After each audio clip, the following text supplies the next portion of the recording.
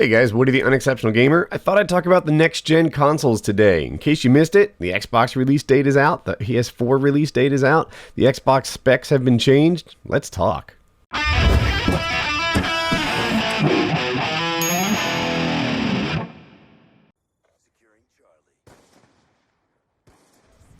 First off, let's talk release dates. I didn't realize how biased I was in this, but in my head, the next gen of games always begins with the release of COD. That's like the thing. When Call of Duty comes out, this year's big games have started. Mostly, right? I mean, I know a couple of guys beat them to the punch. Battlefield typically beats them to the punch. But, you know, the generation begins with this stuff. And Call of Duty comes out on November 5th. The PS4 comes out on November 15th. And the Xbox comes out on November 22nd. So the PS4 is 10 days late and the Xbox is 17 days late. That's just how I look at it in my head. Maybe in the long run, the extra week or two won't matter. But in the short run, it sure does. I look at them, I'm like, man, you both missed the target. The target that I had arbitrarily set in my head for you. But yeah, sure enough, that's that's how that went down.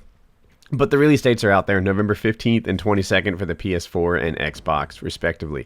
The other thing, Microsoft has confirmed a CPU speed increase. So it looks like the CPU is going to be about 10% faster. It goes from 1.6 to 1.75 gigahertz. And the GPU has already been confirmed that it's going to be faster than the initial specs, and it's about 7% faster. So, you know, both of these are good things, but I think, you know, these numbers, 7% faster, 10% faster, while significant, really just put it on par with the Xbox, right? There was a time when with the PS4. There was a time when the PS4 had a hardware advantage, and you know, it was in the case of the memory that had the GDDR5 RAM instead of 3, and otherwise they're virtually pretty close except for the GPU.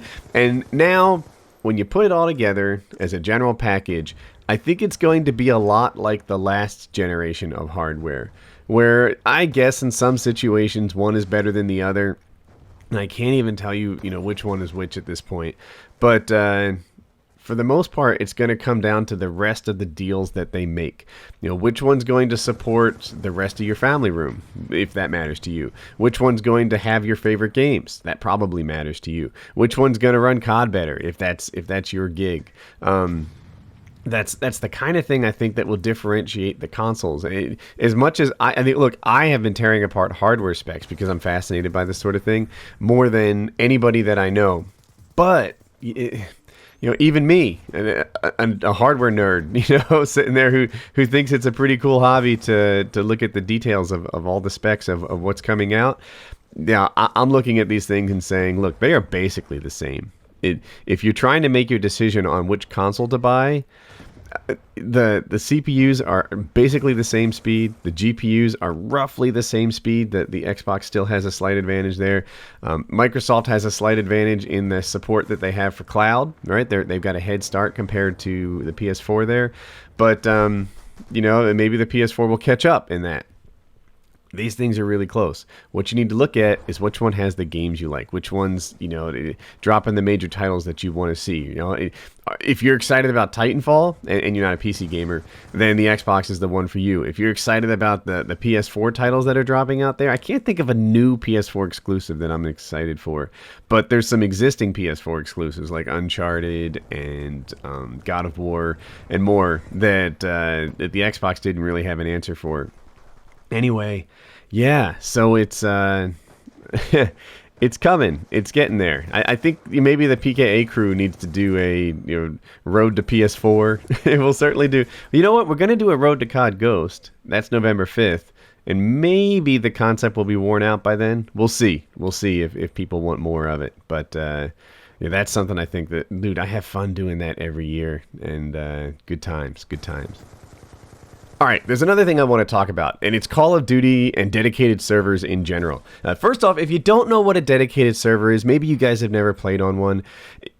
In Call of Duty today, in the game that you're watching, one of the players becomes the host. I think everybody knows this.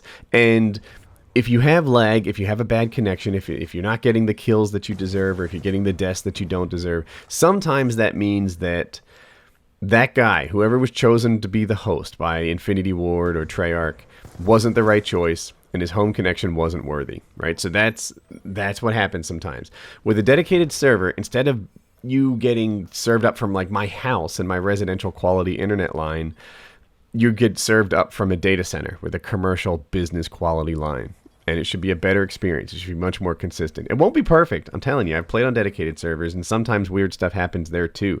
You still have your own crappy Walmart connection to deal with, you know, and so it's not the perfection, but it's better. I think everybody kind of agrees it's better. So they're moving to it. The Xbox is going to have dedicated servers for COD. The PC is going to have dedicated servers for COD. And I believe that Call of Duty wants to have dedicated servers on the PS4 as well. Right now, they're being kind of coy about it. They're not telling us if there's going to be dedicated servers on the PS4. And I think I understand why.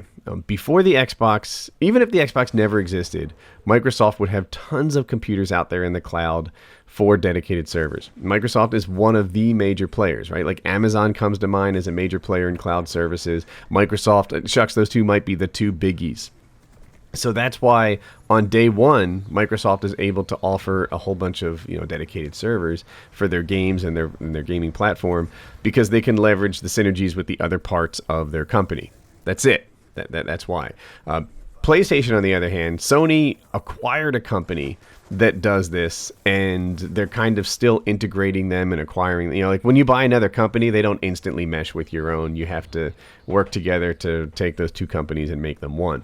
That's what Sony's in the process of doing, and the question is whether or not they can get it done before November 5th, which is really just like 6 weeks away. And they're not talking about it. I suspect that dedicated servers are going to come sometime during COD Ghost's life cycle, but not yet. I think if they could offer dedicated servers, they would have said it, you know, when Microsoft did. They would have done the Me Too. They wouldn't have just let Microsoft have this unanswered time where they're the only ones, you know, who offer something that Call of Duty gamers have been screaming for a long time. So that's my take on this. Sony will have to do a little catch up in the area of cloud computing, because Microsoft had the advantage because they've been doing cloud computing with or without the Xbox. You know, they just had it there. And Microsoft has an interesting philosophy about it. They've made their cloud computing power cheap for developers. Basically, they want the games to be good, and they don't want the price of the servers that run them to be an obstacle for them. So basically, they just give it away at cost or even below, and make it so that if you're a company and you feel like your game would benefit from a dedicated server, then you're able to afford it. That's the way that they've done it.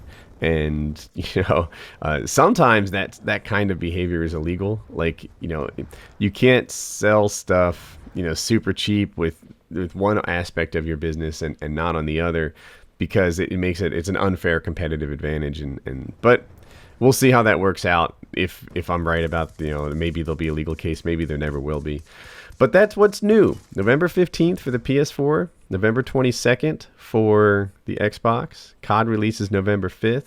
Dedicated servers on the Xbox. Maybe dedicated servers down the road on the PS4. Thought you'd like to know. Have a good day.